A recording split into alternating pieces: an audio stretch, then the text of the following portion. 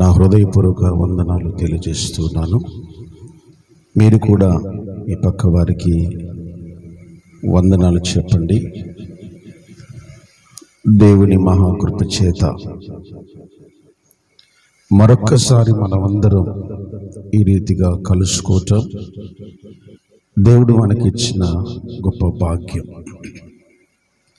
ఎందరో మేధావులు, జ్ఞానులు, పండితులు, అలాగే విద్యావేత్తలు, గొప్ప గొప్ప సైంటిస్టులు కూడా ఈ లోకాన్ని విడిచి వెళ్ళిపోయారు. మనం వారికంటే గొప్పవారం కాదు, మంచివారం కాదు, కానీ దేవుని ఉచితమైన కృప చేత ఈరోజు మనం సజీవులుగా బ్రతికి ఉన్నాం. అందరు బట్టి దేవునికి మహిమ కలుగును గాక. మనం ఏమై ఉన్నామో అది దేవుని కృప అయి ఉన్నాము. ఆమేన్.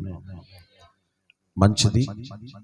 కొంత సమయము దైవ వర్తమానాన్ని పరిశుద్ధాత్మ దేవుని యొక్క సహాయంతో ధ్యానం చేసుకుందాం. మీ బైబిల్ తెరిచి పేజ్ నంబర్ 467 పాత నిబంధన గ్రంథంలో పేజ్ నంబర్ 467 కీర్తనల పుస్తకం 32వ కీర్తన మొదటి మాట. తన అతిక్రమములకు పరిహారము నొందినవాడు, తన పాపమునకు ప్రాయశ్చిత్తము నొందినవాడు ధన్యుడు. మంచిది. చదువుబడిన దైవ వర్తమానములో మహాభక్తుడైన దావీదు గారు ఈ కీర్తన రాస్తూ ధన్యతను గురించి మాట్లాడుతున్నారు. ఎవరు ఆ ధన్యుడు అంటే, తన పాపము నిమిత్తమై ప్రాయశ్చిత్తము నొందినవాడు ధన్యుడు. బైబిల్లో చాలా రకాల ధన్యతలు ఉన్నాయి. అయితే ఆ ధన్యతలలో చాలా విలువైన ధన్యత, శ్రేష్టమైనది ఏమిటంటే పాపమునకు ప్రాయశ్చిత్తపడటం. అసలు కొందరికి పాపం అంటే కూడా తెలియని వాళ్ళు ఉన్నారు భూమి మీద. మనం చేసేదంతా కూడా రైట్ అని చెప్పుకునే వాళ్ళు ఉన్నారు. నేను ఎవ్వరితో మాట్లాడను, నేను ఎవ్వరి జోలికి వెళ్ళను, కాబట్టి నేనేం పాపం చేయట్లేదు అనుకునే వాళ్ళు కూడా ఉన్నారు. నేను ఒక మాట చెప్తాను మీకు, క్రైస్తవులు గనక, మీరందరూ రక్షించబడ్డారు గనక ఒక మాట చెప్తాను. ప్రార్థన చెయ్యని ప్రతి వాడు కూడా పాపి. వాక్యం చెప్తుంది, నేను ప్రార్థన చేయుట మానుట వలన యెహోవాకు విరోధముగా పాపము చేసిన వాడను. మనుషుల కొరకు కాదు, దేవునికి విరోధంగా పాపం చేసిన వాడు. ఏ రోజు నువ్వు ప్రార్థన చేయలేదో ఆ రోజు నువ్వేం చేసినట్టు లెక్క. మానవుని దృష్టిలో కాదు, దేవుని దృష్టిలో పాపం చేసినట్టు. మరి ఈ పాపానికి ప్రాయశ్చిత్త పడాలి కదండి. పాత నిబంధన కాలంలో అయితే పాపమునకు ప్రాయశ్చిత్తం ఎలా జరిగేది? చేసిన పాపాన్ని బట్టి యాజకుడు కొన్ని సంగతులు చెప్తారు. ఏంటి ఆ సంగతులు? ఒకవేళ అబద్ధం ఆడాడు అనుకోండి, ఒక పావురపు గోబను తీసుకొని వచ్చి మందిరంలో వధించి దాని రక్తాన్ని ప్రోక్షించి నువ్వు ప్రాయశ్చిత్తం పొందాలి అంటాడు. ఇలాగా గొర్రెల యొక్కయు పొట్టేళ్ల యొక్కయు రక్తమును బట్టి పాప క్షమాపణ కలిగేది పాత నిబంధన కాలంలో. అయితే యేసుక్రీస్తు కృప వలన, దేవుని దయ వలన మనందరికీ ఉచితముగా దేవుడు పాప క్షమాపణ ఇచ్చారు. గంభీరంగా చప్పట్లు కొడదాం. దేవునికి మహిమ కలుగునగాక. నువ్వు రూపాయి ఖర్చు పెట్టాల్సిన అక్కర్లేదు. యేసయ్యా నేను పాపిని అని ఒప్పుకుంటే దేవుడు క్షమించేస్తాడు. ఇక నువ్వేం చేయాల్సిన అక్కర్లేదు. నేను చెప్పి మాటలు అర్థమవుతున్నాయా? పాపమునకు ప్రాయశ్చిత్తము పాత నిబంధన కాలంలో ఒక విధంగా చెల్లించబడేది. క్రొత్త నిబంధన కాలంలో ప్రత్యేకంగా దేవుడు మనకు, అందుకే భక్తుడు రాస్తాడు, యోహాను భక్తుడు, మనము కృప వెంబడి కృప పొందితిమి. ఒక వ్యక్తి పాపం చేసినప్పుడు ఆ పాపమును బట్టి బలిపీఠము కట్టాలి, ఆ పాపమును బట్టి బలి అర్పించాలి. ఈరోజు మనకొక బలిపీఠం ఉంది, అది రాళ్లతో కట్టబడిన బలిపీఠం కాదని హెబ్రీ పత్రికలో మనం చదువుకుందాం. దేవుని పరిశుద్ధ గ్రంథములో హెబ్రీ పత్రిక ఒకసారి 13వ అధ్యాయం మీరు ఓపెన్ చేయండి. 10వ వచనం చదువుదామండి. మనకొక బలిపీఠం ఉన్నది, దాని సంబంధమైన వాటిని తినుటకు గుడారములో సేవ చేయు వారికి అధికారము లేదు. వేటి రక్తము పాప పరిహార్థముగా పరిశుద్ధ స్థలములోనికి ప్రధాన యాజకుని చేత తేబడినో ఆ జంతువుల కళేబరములు శిబిరమునకు వెలుపట దహించబడును. గమనించండి, మనకొక బలిపీఠము కలదు. మన బలిపీఠం ఏంటి చెప్పండి? మనకొక బలిపీఠము కలదు. పాత నిబంధన కాలములో అబ్రహాము బలిపీఠము కట్టాడు, ఇస్సాకు బలిపీఠము కట్టాడు, యాకోబు బలిపీఠము కట్టాడు, ఏలియా, ఎలీషా, మోసే, ఇలా ఎందరో బలిపీఠాలు కట్టారు. వాళ్ళ బలిపీఠాలు రాళ్లతో కట్టబడినవి. మన బలిపీఠం మాంసముతో కట్టబడింది. ఆమె అది పడదోయబడినది కాదు, చెడగొట్టబడేది కాదు. మనకొక బలిపీఠం ఉంది. ఆ బలిపీఠం ఏమిటంటే నజరేయుడైన యేసుక్రీస్తు ప్రభుల వారు. ఆయన ఉచితమైన కృపచేతనే ఈరోజు మనము పాప క్షమాపణ కలిగి ఉన్నాం. ఆమేన్. నువ్వు చెప్పాలి ఒక్క మాట, అయ్యా నేను పాపిని. నువ్వెవరైనా సరే, నువ్వు రాజువు కావచ్చు, లేక సైన్యాధిపతివి కావచ్చు, ఉన్నత ఉద్యోగస్తుడు కావచ్చు, నిరుపేదవు కావచ్చు, నువ్వెవరైనా సరే చెప్పాలి నేను పాపిని అని. ఆమేన్. ఎందుకంటే ఎప్పుడైతే పాపమునకు ప్రాయశ్చిత్తం కలుగుతుందో ఆ వ్యక్తి ధన్యుడిగా మార్చబడతాడు. ఆమేన్. నువ్వు ధన్యుడు కావాలంటే పాపమునకు తగిన ప్రాయశ్చిత్తం చెందించాలి. దేవుని సన్నిధిలో పశ్చాత్తాపపడాలి. దాని విలువైన జీవితం ఏంటంటే ధన్యకరమైన జీవితం. ఈరోజు చాలామంది పాపం చేస్తూ కూడా ఎన్నో బలహీనతల చేత నలిగిపోతుంటారు. శరీరములో, కుటుంబములో, ఆర్థికంగా ఇలాగ అనేక సమస్యలు వెంటాడుతున్న పాపమును బట్టి ప్రాయశ్చిత్తపడరు. నేనేం పాపం చేశానో ఏమీ తెలియనట్టుగా మాట్లాడతారు. నేనేం పాపం చేశానో నాకు పట్టుకుంది రోగం, నేనేం పాపం చేశానో నేను ఓడిపోతూ వస్తున్నాను, మా కుటుంబానికి ఈ సమస్యలు వచ్చాయంటారు. నువ్వేం పాపం చేశావో పరిశుద్ధ గ్రంథం చదువుతూ ఉంటే నీకు అర్థమవుతుంది.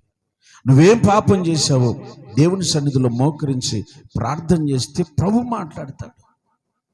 హల్లెలూయా, హల్లెలూయా. నువ్వు క్వశ్చన్ వేసుకోవాలి, నేనేం పాపం చేశాను అని. మనుషులకు చెప్పడం కాదు, ప్రార్థన గదిలో ఎందుకు నా కుటుంబం ఇలా పతనం అవుతా ఉంది, ఎందుకు నేను సంపాదించిన సంపద చిరిగిపోయిన సంచిలో వేసినట్టుగా ఉంది, ఎందుకు నా కష్టార్జితాన్ని నేను అనుభవించలేకపోతున్నాను? ఎందుకు నేను పట్టుకున్నదంతా కూడా నిర్వీర్యమైపోతా ఉంది? ఎందుకు సఫలము కాలేదని దేవుని సన్నిధిలో మోకరించి నువ్వు అడిగితే దేవుడు చెప్తాడు. ఆమేన్. నువ్వు చేసిన పాపము నిన్ను వెంటాడుతుంది. నువ్వు చేసిన పాపం నిన్ను దరిద్రంలోకి నెడుతుంది. నీవు చేసిన పాపం నిన్ను భయంకరమైన శోధనలోకి తీసుకెళ్తుంది. అందుకే ప్రియులారా, పాపమునకు చెందించవలసింది ఏంటి? పశ్చాత్తాపం. ఆమేన్. దాని పరిహారం ఏంటి చెప్పండి? పశ్చాత్తాపం. నువ్వేం పెద్ద పెద్ద పనులు చేయాల్సిన అక్కర్లేదు. మోకరించి నేను పాపినయ్యా అని చెప్పాలి. ఆమేన్. దేవుడు నిన్ను ధన్యకరంగా మారుస్తాడు. నీ స్థితిగతులను మార్చేస్తాడు. నీ బ్రతుకును మార్చేస్తాడు. కొన్ని సంగతులు నేను మీతో మాట్లాడతాను. పరిశుద్ధ గ్రంథంలో లూకా సువార్త 7వ అధ్యాయములో ఒక చరిత్ర మనకు కనపడుతుంది. ఒక వ్యక్తి యేసుక్రీస్తును తన శిష్యులను భోజనానికి పిలిచాడు. భోజనానికి యేసు ప్రభుల వారు కూర్చున్నారు. ఆ సమయంలో ఆ ఊరిలో ఉన్న ఒక స్త్రీ పరిగెత్తుకొని వచ్చి యేసుక్రీస్తు పాదాల దగ్గర కూర్చొని కన్నీళ్లు విడుచుచు తల వెంట్రుకలతో ఆయన పాదాలు తుడిచేస్తూ ఉంది. బాగా గమనించండి. ఏ ఊర్లో అయినా ఎవరికైనా పేర్లు ఉంటాయో ఉండవా అండి? ఏమండి, పేర్లు ఉంటాయో ఉండవా? నా వైపు చూడండి. ఈరోజు పేర్లు లేని వాళ్ళు ఎవరైనా ఉన్నారా? ఒక్కొక్కరికి మన వరకైతే 2-3 పేర్లు ఉంటాయి. కుక్కలు కూడా పేర్లు పెట్టుకుంటున్నాం మనం, అవునా? ఆట బొమ్మలకు కూడా పేర్లు పెట్టుకుంటున్నాం మనం. మంచి మంచి పేర్లు వెతికి వెతికి పెట్టుకుంటాం. Very good. అయితే ఆ స్త్రీకి పేరు లేదు. ఆ స్త్రీ పేరేంటి చెప్పండి? పాపాత్మురాలు. ఏ పేరండి? ఎంత భయంకరం, ఎంత ప్రమాదకరమైన పేరు. చేసే పనిని బట్టి ఆమెకు ఆ పేరు పెట్టారు లోకం. ఆమె చేసే పనిని బట్టే లోకం ఆ పేరు పెట్టింది. పాపాత్మురాలు. తల వంచబడింది. కన్నవారు తల ఎత్తుకోలేకపోతున్నారు. తన సహోదరులు తల ఎత్తుకోలేకపోతున్నారు. తన రక్త సంబంధులు తల ఎత్తుకోలేకపోతున్నారు. ఫలానా కూతురు, ఫలానా ఆడబిడ్డ, ఫలానా గోత్రానికి సంబంధించింది. చిచి, ఎంత నీచానికి దిగజారింది. మా వంశంలో చెడ పుట్టింది అది. ఎన్ని మాటలు అనాలో అన్ని మాటలు అనేసుకుంటున్నారు. అయితే చేసిన పాపము ఆమెను వెంటాడుతూనే ఉంది. ఆ పాపము వలన రాత్రి పగలు నిద్రాహారాలు మానేసి శాంతి సమాధానం లేకుండా వేదన పడుతుంది. ఎక్కడ నా పాపానికి ప్రాయశ్చిత్తం? ఎవరు నా పాపాలు క్షమించేవారు? ఎవరి బంధకాల నుంచి నన్ను తప్పించేవారు? నా మనస్సుకు నెమ్మది ఎక్కడ దొరుకుతుంది అని ఎదురు చూసింది. ఆ రోజు రానే వచ్చింది. ఆ ఇంటిలోకి వెళ్ళి కన్నీళ్లతో యేసయ్య పాదాలు కడిగేస్తోంది. ఆమేన్, ఆమేన్, హల్లెలూయా. దేవునికి మహిమ కలుగును గాక. కన్నీళ్లతో యేసు ప్రభు పాదాలు కడిగేస్తోంది.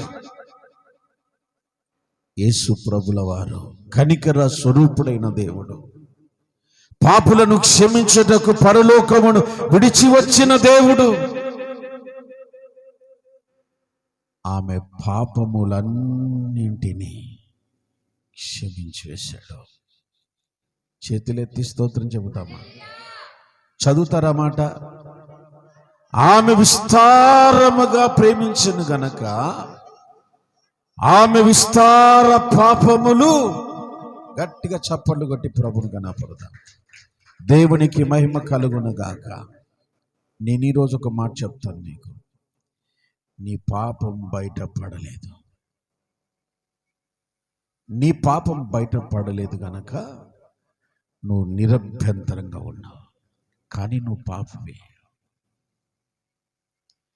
నీ పాపం బయట పడకపోతే అది ఒక రోజు నిన్ను పాతాళానికి ఈడ్చుకెళ్తుంది.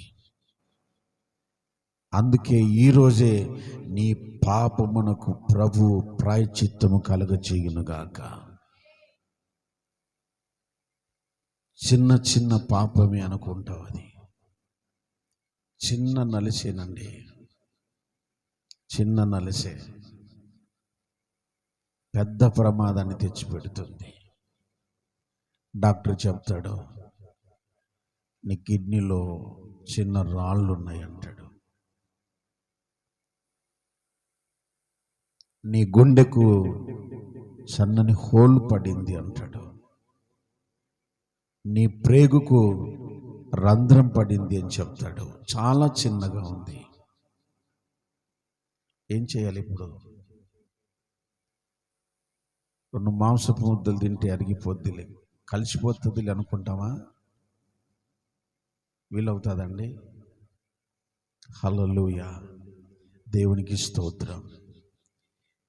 ఆ చిన్నదే నీ ప్రాణానికి ప్రమాదకరంగా మారుతుంది. నీ పాపం బయట పడలేదు. బైబిల్లో మనం చదువుకుంటున్న ఆ తల్లి తన పాపం బయట పడలేదు, కానీ యేసు ప్రభు పాదాలు కడిగేస్తుంటే తన పాపాలన్నీ ఒప్పేసుకుంటుంది. ఆమేన్. బయట పడుతున్నాయి. ఎవరిని చులకనగా మాట్లాడిందో, ఎక్కడ తన పాపం చేసిందో వాటన్నిటినీ బట్టి ఏడుస్తూ యేసు ప్రభు పాదాలు కడిగేస్తుంటే ప్రభు చెప్పాడు, ఈమె నన్ను విస్తారంగా ప్రేమించాను. ఆమేన్. హల్లెలూయా. నువ్వెంత ప్రేమిస్తే అంత పరిశుద్ధంగా మార్చబడతావు. యేసు ప్రభుల వారిని ఎంత ప్రేమిస్తే అంత నీతిమంతుడిగా మారిపోతావు. మనం డబ్బును ప్రేమిస్తాం, మనుషులను ప్రేమిస్తాం, వస్తువులను ప్రేమిస్తాం, మనకున్న పంట పొలాలను ప్రేమిస్తాం, మనకున్న బంగారును ప్రేమిస్తాం. కానీ ఇచ్చిన దేవుని మాత్రం పక్కన పెట్టేస్తాం. హల్లెలూయా. నేను ప్రకటించు యేసు ప్రభుల వారు నువ్వు పిలవకపోయినా నీ ఇంటికి వచ్చారు. గట్టిగా స్తోత్రం చెప్పండి.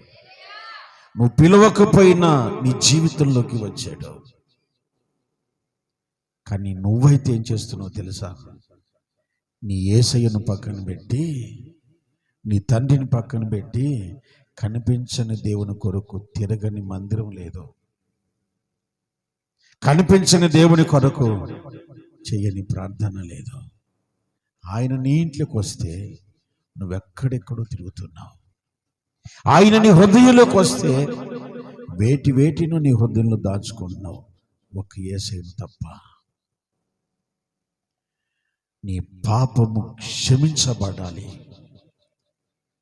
నీ విస్తారమైన పాపములు క్షమించబడాలి అంటే బైబిల్ చెప్తుంది, నీ కన్నీటితో యేసయ్య పాదాలు కడిగేయాలి. ఆమేన్, ఆమేన్. ఆమె పాపాలు ఒప్పేసుకుంది, ప్రాయశ్చిత్తపడింది కనుక ఆమె ఎలా వెళ్ళిందో చూడండి.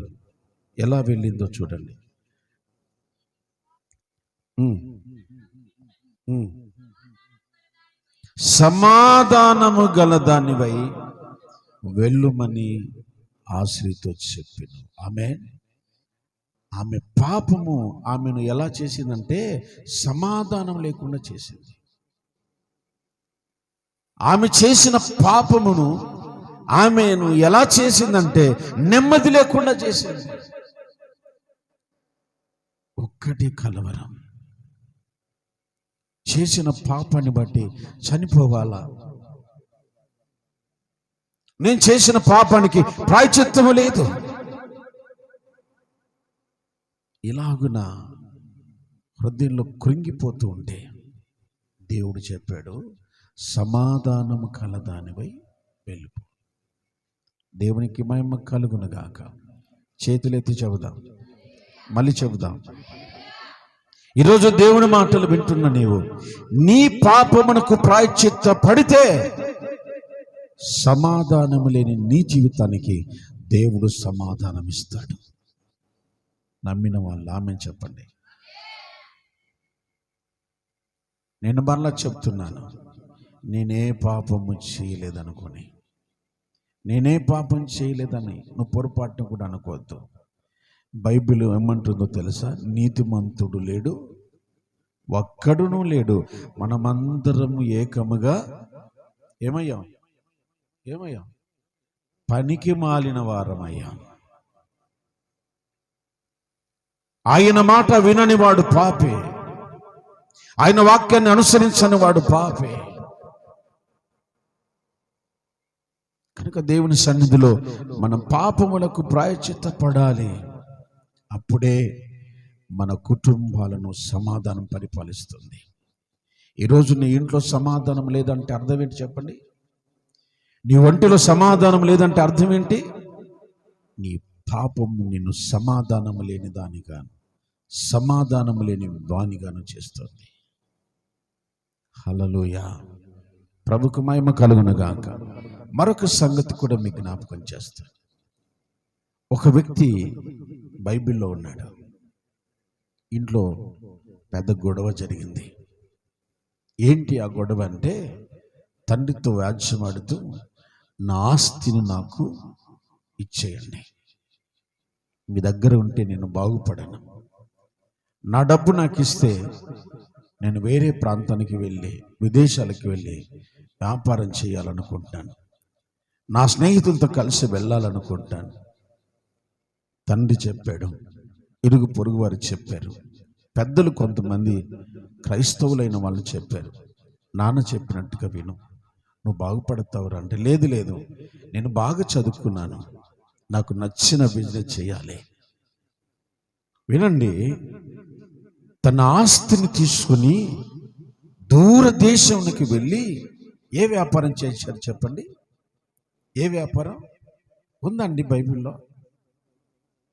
బైబిల్లో ఉందండి ఆ మాట, దుర్వ్యాపారం.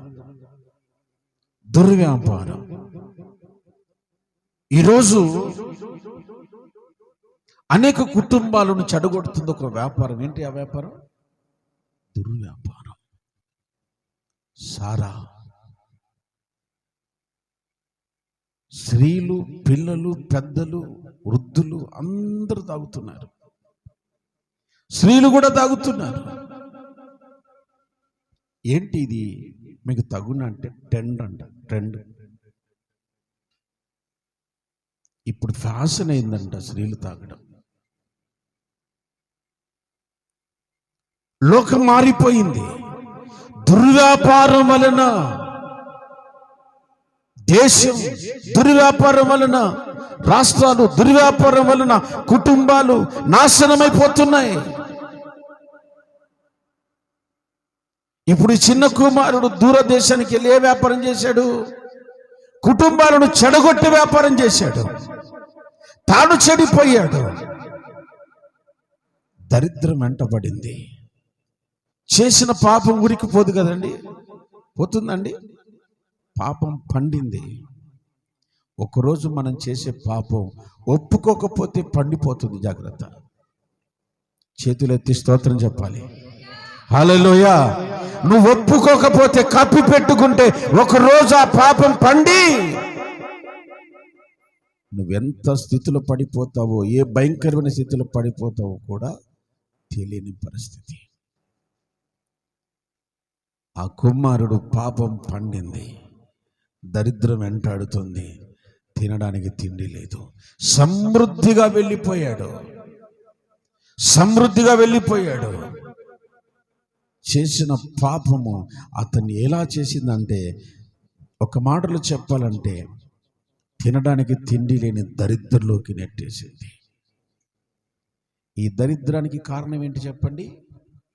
చెప్పాలి. ఏంటి దరిద్రానికి కారణం? పాపం. చేసిన పాపమే నిన్ను దరిద్రంలోకి నెట్టేది. ఈరోజు నీ కుటుంబాన్ని దరిద్రం పరిపాలన చేస్తుందంటే నువ్వెక్కడో పాపం చేస్తున్నావని గుర్తుపెట్టుకో.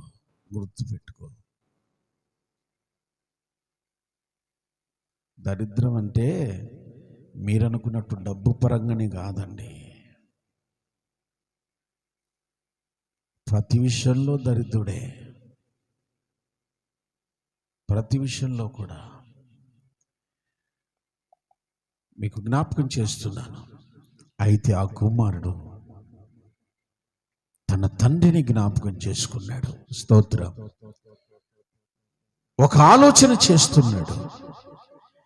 నా తండ్రి దగ్గర ఎంతో మంది పనివారికి ఆహారం సమృద్ధిగా ఉంది. ఇక్కడ నేను ఆకలితో చచ్చిపోతున్నాను. వస్త్రాలు లేవు, తిండి లేదు, సమాధానం లేదు, నెమ్మది లేదు. నాన్నవారు ఎవ్వరూ నాకు లేరు. ఒంటరి గువనై మూలుగుతున్నాను. ఓదార్చువారు లేరు, సహాయం చేసేవారు లేరు, ప్రేమగా మాట్లాడేవారు లేరు. ఇప్పుడు నా స్థితి ఏమిటి? నా తండ్రి దగ్గరికి వెళ్ళిపోతానని ఒక ఆలోచన చేస్తూ ఉన్నాడు. ఆమేన్.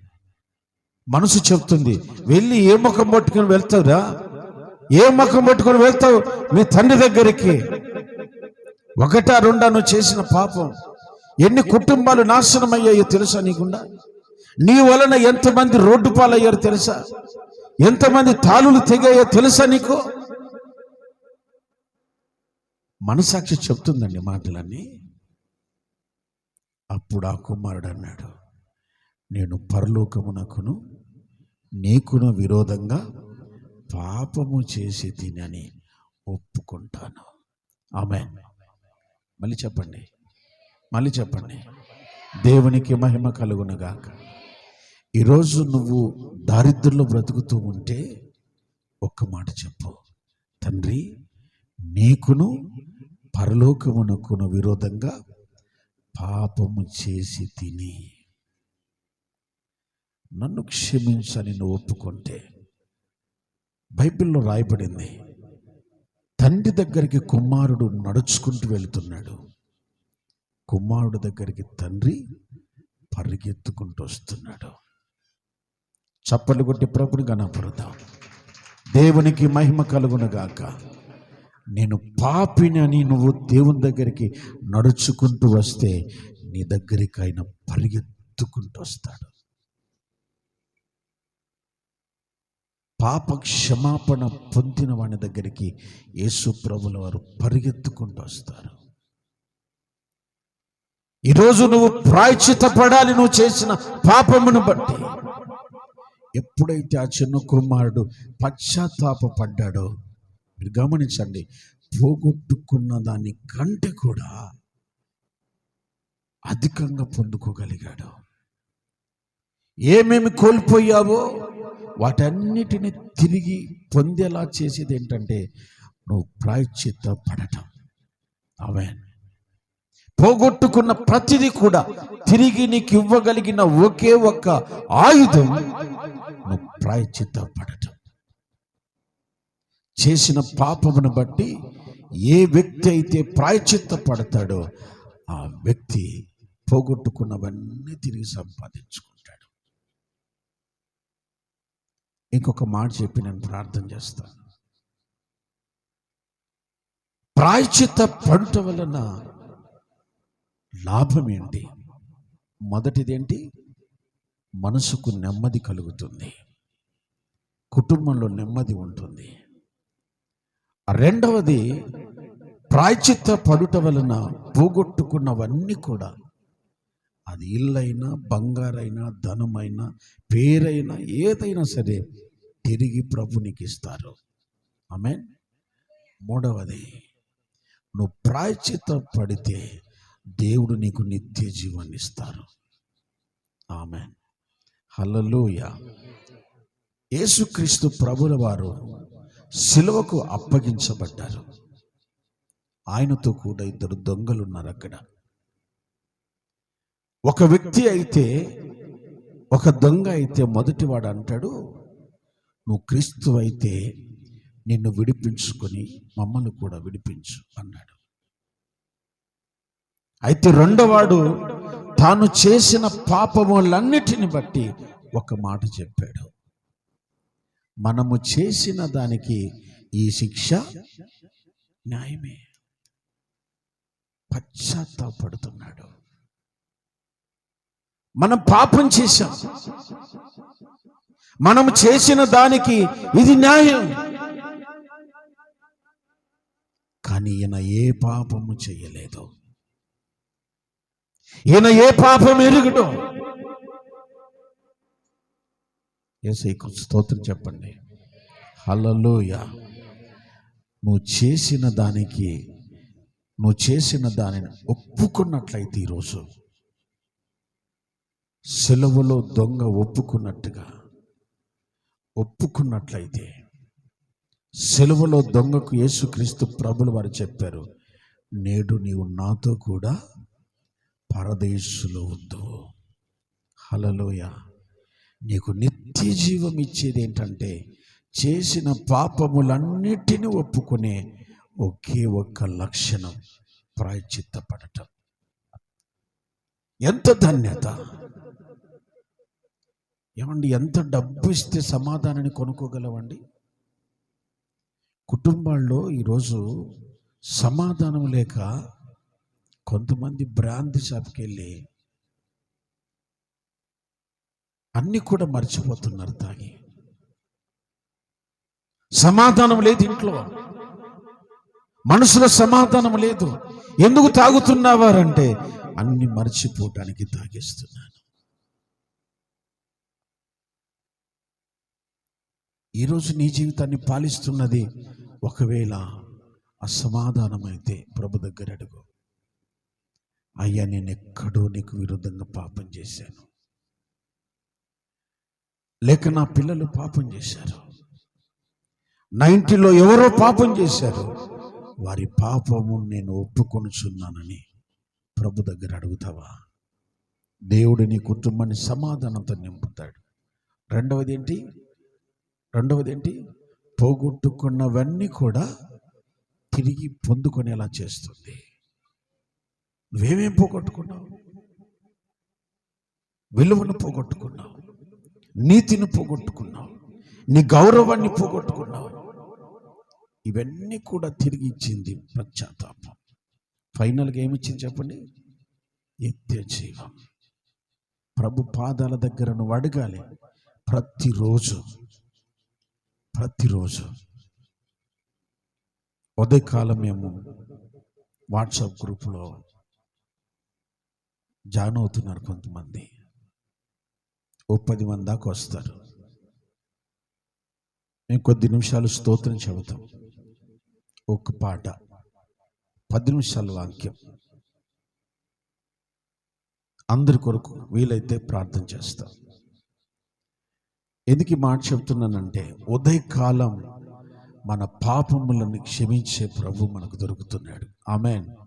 హల్లెలూయా. మన పాపమునకు ప్రాయశ్చిత్తం కలగచేసేది మనం చేసే క్రియలే.